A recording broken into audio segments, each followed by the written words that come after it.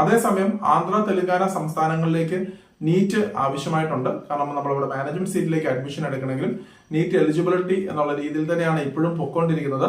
കഴിഞ്ഞ വർഷങ്ങളിൽ നീറ്റ് എഴുതിയ കുട്ടികളെ മാത്രമാണ് അവിടെ അഡ്മിഷൻസ് നൽകിയിരിക്കുന്നത്.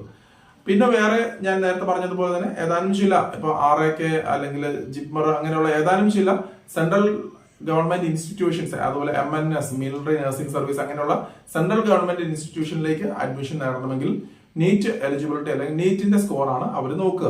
അപ്പൊ ഇത്തരം കാര്യങ്ങളാണ് നീറ്റിന് വേണ്ടി ഫോക്കസ് ചെയ്യുന്നത്. അപ്പോൾ ആന്ധ്ര തെലങ്കാന സംസ്ഥാനങ്ങളിലേക്ക് പ്രത്യേകിച്ച് ലോ പാക്കേജ് ബഡ്ജറ്റിലൊക്കെ അഡ്മിഷൻ എടുക്കാനായിട്ട് താല്പര്യപ്പെടുന്ന കുട്ടികളുണ്ടെന്നുണ്ടെങ്കിൽ തീർച്ചയായിട്ടും നിങ്ങൾ ഈ ഒരു ആപ്ലിക്കേഷൻ കൊടുക്കുക എന്നുള്ളതാണ് ഈ ഒരു സമയത്ത് ചെയ്യേണ്ടതായിട്ട് വരിക. അപ്പോൾ മാർച്ച് മാസം 16-ാം തീയതി വരെയാണ് ഇപ്പോൾ നൽകിയിരിക്കുന്ന സമയം.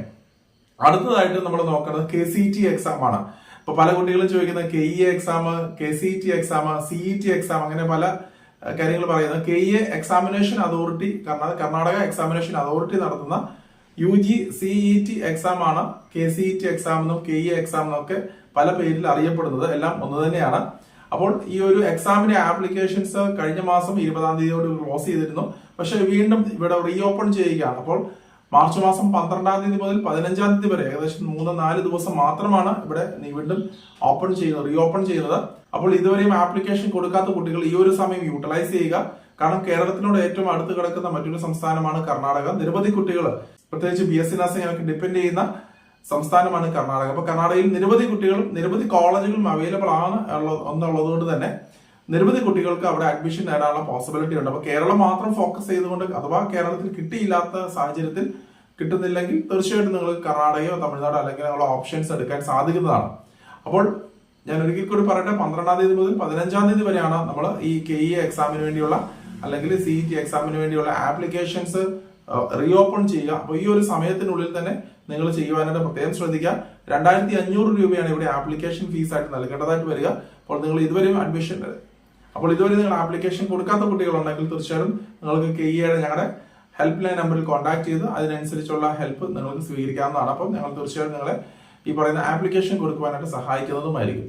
അപ്പോൾ ആ ഒരു കാര്യം നിങ്ങൾ പ്രത്യേകം ശ്രദ്ധിക്കുക. അപ്പോൾ ഈ ഒരു സമയത്തിനുള്ളിൽ മാക്സിമം നിങ്ങളുടെ ഫ്രണ്ട്സിന്റെ അടുത്ത് ഈ കാര്യങ്ങൾ ഷെയർ ചെയ്യുക. ഇപ്പൊ KEA എക്സാമിനേഷന് വേണ്ടി ഉള്ള ആപ്ലിക്കേഷൻ പ്രോസസ്സ് ഈ ഒരു സമയത്ത് കൊടുക്കുക. അതുപോലെ കർണാടകയിലേക്ക് BSc നഴ്സിംഗ് പഠിക്കാൻ പോകുന്ന കുട്ടികൾ നിർബന്ധമായിട്ടും KEA വഴി തന്നെ അലോട്ട്മെന്റ് ബേസ് ചെയ്തിട്ട് പോകാനായിട്ട് പ്രത്യേകം ശ്രദ്ധിക്കുക. അതിന്റെ മെയിൻ അഡ്വാൻറ്റേജസ് എന്തൊക്കെയാണെന്ന് വെച്ച് കഴിഞ്ഞാൽ, ഒന്നാമത്തെ കാര്യം നമ്മൾ ഏത് കോളേജുകളാണോ അഡ്മിഷൻ എടുക്കുന്നത് ആ കോളേജിൽ തന്നെ ഫിക്സ് ചെയ്ത് നമ്മൾ പഠിക്കുവാൻ സാധിക്കും എന്നുള്ളതാണ് ഏറ്റവും വലിയൊരു ഉപയോഗം. കാരണം നമുക്കറിയാം കർണാടകയിലൊക്കെ ആണെങ്കിലും ഒരു കോളേജിന്റെ കീഴിൽ തന്നെ 5, 6 അതിൽ കൂടുതൽ കോളേജുകളാണ് ഒരു ബിൽഡിങ്ങിൽ തന്നെ മിക്കവാറും ഉണ്ടാവുക. അപ്പോൾ ഒരു ക്ലാസ്സിൽ തന്നെ 200 കുട്ടികളും 250 കുട്ടികളും അവിടെ പഠിക്കുന്ന കോളേജുകൾ ഉണ്ടെന്നുള്ളത് മനസ്സിലാക്കുക. അപ്പം പല കോളേജിലെ കുട്ടികൾ ഒരുമിച്ച് ചേർത്ത് അങ്ങനെയൊക്കെ അഡ്ജസ്റ്റ്മെന്റ് കൂടിയൊക്കെയാണ് മിക്കവാറും വരുന്ന കോളേജുകളിലൊക്കെ പഠിപ്പിക്കുന്നത്. അപ്പോൾ അങ്ങനെ വരുന്ന സാഹചര്യത്തിൽ നിങ്ങൾ ഏജൻസി വഴിയൊക്കെ അഡ്മിഷൻ എടുക്കുന്ന സാഹചര്യത്തിൽ ഒരു പക്ഷേങ്കിൽ ഒരു കോളേജിലേക്ക് നിങ്ങൾ രജിസ്റ്റർ ചെയ്ത് കഴിഞ്ഞതിന് ശേഷം നിങ്ങൾ ഇതിന്റെ അകത്തു നിന്നും മറ്റുള്ള കോളേജുകളിലേക്ക് ട്രാൻസ്ഫർ ചെയ്യുന്നുള്ള ഒരു സാഹചര്യം ഉണ്ടാവാറുണ്ട്. അഥവാ നിങ്ങൾ കർണാടക എക്സാമിനേഷൻ അതായത് KCET എക്സാമിനേഷൻ വഴി അലോട്ട്മെന്റ് ബേസ് ചെയ്തിട്ടാണ് ആ കോളേജിൽ ജോയിൻ ചെയ്തതെങ്കിൽ തീർച്ചയായിട്ടും നിങ്ങൾക്ക് ആ ഒരു പ്രശ്നത്തിൽ നിന്ന് നിങ്ങൾക്ക് പരിഹാരം നേടാൻ സാധിക്കുന്നതാണ്. കാരണം നിരവധി കുട്ടികളാണ് കഴിഞ്ഞ വർഷങ്ങൾ പല കോളേജുകളിലും ഈ പറയുന്ന രീതിയിൽ പ്രോപ്പറായിട്ട് അഡ്മിഷൻ കിട്ടാതെയും രജിസ്ട്രേഷൻ പോലും ചെയ്യാൻ പറ്റാതെ, പിന്നെ അതേപോലെ തന്നെ അവരെ BSc നഴ്സിംഗ് എന്ന് പറഞ്ഞിട്ട് പല കുട്ടികളും ജനറൽ നഴ്സിംഗ് എന്ന് പറഞ്ഞിട്ടുള്ള മറ്റുള്ള കോഴ്സുകളിലേക്കൊക്കെ മാറ്റിയിട്ടുണ്ട്, അവർ കുട്ടികൾ പോലും അറിയാതെ. അപ്പൊ അങ്ങനെ പല തട്ടിപ്പുകൾ നടക്കുന്നുള്ള ഒരു സാഹചര്യം ഉണ്ടെന്നുള്ളത് നമ്മൾ മനസ്സിലാക്കുക. പിന്നെ ഞാൻ കഴിഞ്ഞ വീഡിയോകളൊക്കെ പറയുന്നത് പ്രീ ബുക്കിംഗ് പല കോളേജസിലും സ്റ്റാർട്ട് ചെയ്തിട്ടുണ്ട്. എന്തുകൊണ്ട് പ്രീ ബുക്കിംഗ് ചെയ്യണം എന്നുള്ളത് പറയാം. അതായത് ലോ ബഡ്ജറ്റിൽ നിങ്ങൾ നോക്കുന്ന കുട്ടികൾ ഒരു 7 lakhs 8 lakhs പാക്കേജ് ആണ് നിങ്ങൾ അഫോർഡബിൾ ആയിട്ടുള്ള പാക്കേജ് നിങ്ങൾ നോക്കുന്ന കുട്ടികളെ സംബന്ധിച്ച് ഈ പറയുന്ന പ്രീ ബുക്ക് ചെറിയ പാക്കേജിലുള്ള കോളേജുകൾ നിങ്ങൾക്ക് ഇപ്പോഴേ നിങ്ങൾക്ക് അഡ്വാൻസ് ആയിട്ട് ബുക്ക് ചെയ്യാനുള്ള പോസിബിലിറ്റി ഉണ്ടെന്നുള്ളത് കൂടെ മനസ്സിലാക്കുക. അഥവാ നിങ്ങൾ കർണാടക എക്സാമിനേഷൻ അതായത് KEA എക്സാമിന്റെ ബേസ് ചെയ്തിട്ട് നിങ്ങൾ അലോട്ട്മെന്റ് ബേസ് ചെയ്തിട്ട് ഈ ചെറിയ പാക്കേജിലുള്ള കോളേജുകളിലേക്ക് വരുമ്പോഴും കർണാടക എക്സാമിനേഷൻ അതോറിറ്റി പറഞ്ഞിരിക്കുന്ന ഒരു കാര്യം 1,40,000 രൂപ ട്യൂഷൻ ഫീസ് പ്രതിവർഷം വാങ്ങാം എന്നുള്ള ഒരു ക്ലോസ് കൊടുത്തിട്ടുണ്ട്. കൂടാതെ തന്നെ ഹോസ്റ്റൽ ഫീസും അതനുസരിച്ച് വാങ്ങിക്കാം എന്നുള്ളത് പറഞ്ഞിട്ടുണ്ട്. അപ്പൊ അങ്ങനെ വരുമ്പോൾ അതെല്ലാം കൂടെ കൂട്ടുമ്പോൾ ഏകദേശം ഓരോ വർഷവും ഏകദേശം 2 ലക്ഷം മുതൽ 2.5 ലക്ഷം രൂപ വരെ ഫീസ് ഇനത്തിൽ വരുന്നുണ്ട്. അപ്പം ഏകദേശം ഒരു 9-10 ലക്ഷം രൂപയോളം ആകെ ഫീസ് വരാനുള്ള സാഹചര്യമുണ്ട്.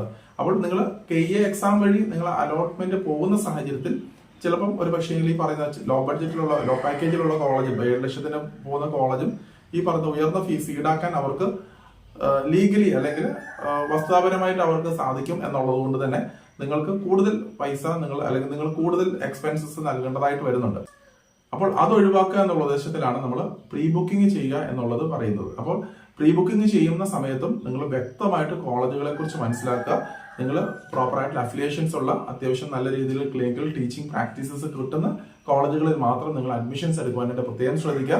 അതേസമയം നിങ്ങൾ ഒരു ടോപ്പ് ലെവൽ കോളേജുകൾ അല്ലെങ്കിൽ മെഡിക്കൽ കോളേജുകളാണ് മെയിനായിട്ട് ഫോക്കസ് ചെയ്യുന്നതെങ്കിൽ തീർച്ചയായിട്ടും ആ ഒരു ലെവലിൽ നിങ്ങൾക്ക് ചെയ്യാൻ സാധിക്കുന്നതാണ്. അപ്പം മെഡിക്കൽ കോളേജുകൾ എയിം ചെയ്യുന്ന കുട്ടികളെ സംബന്ധിച്ച് പറയുമ്പോൾ ഉയർന്ന ഡൊണേഷൻ നൽകി ഇപ്പോൾ നിങ്ങൾ പ്രീ ബുക്ക് ചെയ്യുകയോ അല്ലെങ്കിൽ രജിസ്റ്റർ ചെയ്യുകയോ റിസർവ് ചെയ്യുകയോ ചെയ്യേണ്ട ആവശ്യം വരുന്നില്ല.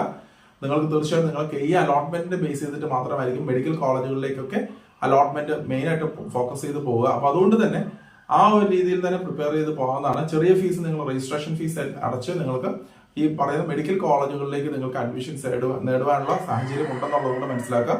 അപ്പോൾ അങ്ങനെ താല്പര്യമുള്ള കുട്ടികൾക്ക് തീർച്ചയായും ഞങ്ങളെ കോൺടാക്ട് ചെയ്യാവുന്നതാണ്. അപ്പോൾ മെഡിക്കൽ കോളേജുകളിലേക്ക് നമ്മൾ KEA അലോട്ട്മെന്റ് ബേസ് ചെയ്തിട്ട് മാത്രമായിരിക്കും രജിസ്ട്രേഷൻസ് നടത്തപ്പെടുക. അതുകൊണ്ട് തന്നെ ഈ പറയുന്ന രീതിയിൽ ഉയർന്ന ഡൊണേഷൻ കൊടുക്കും. പല കുട്ടികളെ തന്നെ ചോദിക്കുന്നുണ്ട്, 1 ലക്ഷം രൂപ 2 ലക്ഷം രൂപ ഏജന്റുമാർ പറയുന്നുണ്ട്, അത്ര പൈസ കൊടുത്താൽ ഇതിന്റെ കോളേജിൽ അഡ്മിഷൻ മേടിക്കാം എന്ന് പറയുന്നുണ്ട്. പക്ഷെ അങ്ങനെയൊന്നുമല്ല.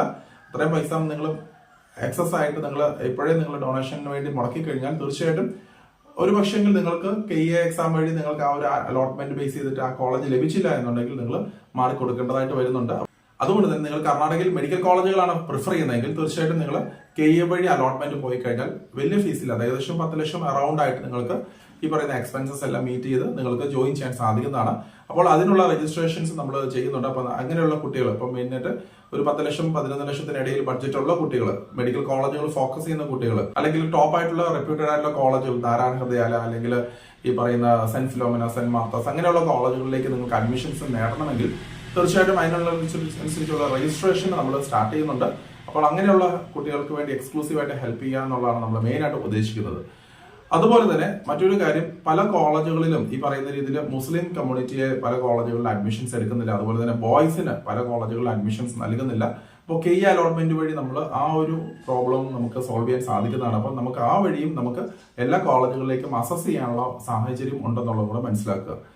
അപ്പോൾ ഇത്രയും കാര്യങ്ങളാണ് നമ്മൾ ബേസിക്കലി നമ്മൾ ശ്രദ്ധിക്കേണ്ടത്. അപ്പോൾ KEA എക്സാമിനേഷൻ ആപ്ലിക്കേഷൻ നിർബന്ധമായിട്ടും ഈ ഒരു സമയത്ത് നൽകാനായിട്ട് ശ്രദ്ധിക്കാം. അതില്ലാതെ നമുക്ക് യാതൊരു പോസിബിലിറ്റിയും ഇല്ല എന്നുള്ളത് കൂടെ മനസ്സിലാക്കുക. അപ്പോൾ KEA എക്സാമിനേഷൻ പ്രോപ്പറായിട്ട് ആപ്ലിക്കേഷൻ കൊടുക്കുകയും അതുപോലെ തന്നെ അതിന്റെ എക്സാംസ് നല്ല രീതിയിൽ തന്നെ പ്രിപ്പയർ ചെയ്യുകയും ചെയ്യുക എന്നുള്ളതാണ് നമുക്ക് എക്സാം ഈ പറയുന്ന +2 എക്സാം കഴിഞ്ഞിട്ട് ചെയ്യേണ്ട ഒരു കാര്യം. അതുപോലെ തന്നെ നിരവധി കുട്ടികൾ ചോദിക്കുന്ന മറ്റൊരു കാര്യമാണ് കേരളത്തിൽ പ്രീ ബുക്കിംഗ് പറ്റുമോ എന്നുള്ളത്. അപ്പൊ കേരളത്തിൽ എൻട്രൻസ് എക്സാം ഇപ്പോൾ അനൗൺസ് ചെയ്ത സ്ഥിതിക്ക് ഇനിയിപ്പോൾ ഒരു പ്രീ ബുക്ക് ചെയ്ത് വെച്ച് കഴിഞ്ഞാൽ എന്റെ അലോട്ട്മെന്റ് എങ്ങനെയാണ് പോകുന്നത്, ഇപ്പൊ കർണാടക ബേസ് ചെയ്തിട്ടുള്ള അലോട്ട്മെന്റ് പോലെയാണ് പോകുന്നതെങ്കിൽ തീർച്ചയായും നിങ്ങൾക്ക് ഈ പറയുന്ന പ്രീ ബുക്ക് ചെയ്ത് വെക്കുന്നതുകൊണ്ട് പ്രത്യേകിച്ച് അർത്ഥമൊന്നുമില്ല. മാത്രമല്ല ഇങ്ങനെയുള്ള പ്രീ ബുക്ക് ചെയ്യാൻ സാധിക്കുന്ന കോളേജുകളൊക്കെ എന്ന് പറഞ്ഞാൽ ലോ ക്വാളിറ്റിയിൽ പോകുന്ന കോളേജുകളാണ്. അപ്പൊ കേരളത്തിൽ മിക്കവാറും വരുന്ന കോളേജുകളൊക്കെ ഞാൻ കണ്ടതനുസരിച്ച് ഉയർന്ന ഫീസിൽ 8 ലക്ഷവും 7 ലക്ഷവും 8 ലക്ഷവും ഒക്കെ ഡൊണേഷനും മറ്റുള്ള ഫീസ് എല്ലാം ചേർത്ത് ഏകദേശം 15 ലക്ഷം 18 ലക്ഷം രൂപ പാക്കേജിൽ കോളേജുകൾ കുട്ടികൾ കഴിഞ്ഞ വർഷം അഡ്മിഷൻ എടുത്തിട്ടുണ്ട്. അപ്പോൾ അങ്ങനെ വരുന്ന സാഹചര്യത്തിൽ പല കോളേജുകളും വേണ്ടത്ര പ്രോപ്പറായിട്ടുള്ള സംവിധാനങ്ങളും സൗകര്യങ്ങളും ഇല്ലാതെയാണ് കുട്ടികളെ അഡ്മിറ്റ് ചെയ്തു പോകുന്നത്. അപ്പോൾ കേരളത്തിൽ എവിടെയെങ്കിലും പഠിച്ചാൽ മതി എന്നുള്ള രീതിയിൽ ആണ് മിക്കവാറും, അല്ല കേരളത്തിൽ കിട്ടിയാൽ ഏതാണ്ട് ഭയങ്കര ലോട്ടറി അടിച്ചു എന്നുള്ള രീതിയിലാണ് മിക്കവാറും വരുന്ന പേരൻസ് എല്ലാം കൺസിഡർ ചെയ്യുന്നത്. പക്ഷെ നിങ്ങളൊരു കാര്യം ശ്രദ്ധിക്കേണ്ടത്, ഏകദേശം 30ഓളം കോളേജുകൾ വളരെ ലോ ക്വാളിറ്റിയിൽ പ്രവർത്തിക്കുന്ന കോളേജുകൾ കേരളത്തിലുണ്ട്. അപ്പൊ അങ്ങനെയുള്ള കോളേജുകളിൽ നമ്മൾ ഈ പറയുന്ന കുട്ടികളെ ഉയർന്ന ഡൊണേഷനും എല്ലാം വാങ്ങി അഡ്മിഷൻ നൽകി കഴിഞ്ഞതിന് ശേഷം നമ്മൾ അന്നേരമായിരിക്കും അതിന് റിയലൈസ് ചെയ്യുന്നത്. പക്ഷെ നമുക്ക് വീണ്ടും തിരിച്ച് ഒന്നും പോകാനായിട്ട് സാധിക്കില്ല. അപ്പൊ കേരളത്തിലായാലും കേരളത്തിന് പുറത്തോട്ടായാലും നമ്മൾ ഏത് കോളേജുകൾ പഠിച്ചാലും അതിന് വ്യക്തമായിട്ട് കോളേജുകളുടെ അഫിലിയേഷൻസ്, അതുപോലെ തന്നെ അതിന്റെ quality of teaching, clinical practices, ഇങ്ങനെ കാര്യങ്ങളെല്ലാം വളരെയധികം ശ്രദ്ധിക്കേണ്ടതായിട്ടുണ്ട്. അപ്പൊ അതുകൊണ്ട് തന്നെ നിങ്ങൾ കോളേജുകൾ തിരഞ്ഞെടുക്കുമ്പോൾ അത് കേരളത്തിലായാലും കേരളത്തിന് പുറത്തോട്ടുള്ള കോളേജുകൾ തിരഞ്ഞെടുക്കുമ്പോൾ വളരെയധികം ശ്രദ്ധിക്കേണ്ടതായിട്ടുണ്ട്. മാത്രമല്ല ഈ പറഞ്ഞ കേരളത്തിൽ നമ്മൾ മെറിറ്റ് ബേസ് ചെയ്തിട്ടായിരിക്കും മിക്കവാറും വരുന്ന നല്ല റെപ്യൂട്ടഡ് ആയിട്ടുള്ള കോളേജുകളിലെല്ലാം തന്നെ അഡ്മിഷൻസ് നടത്തപ്പെടുക. അപ്പൊ അതുകൊണ്ട് തന്നെ നിങ്ങൾ ഈ പറയുന്ന രീതിയിൽ ഉയർന്ന ഡൊണേഷൻ കൊടുത്ത് നിങ്ങൾ പോകുമ്പോൾ ഈ കാര്യങ്ങളും കൂടി വ്യക്തമായിട്ട് ശ്രദ്ധിക്കുക.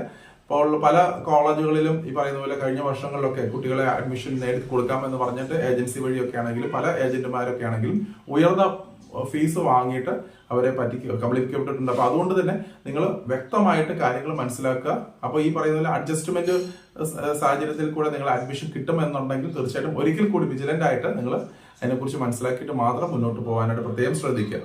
അപ്പോൾ മറ്റൊരു അപ്ഡേറ്റുമായി ഉടൻ തന്നെ കാണാം. നന്ദി.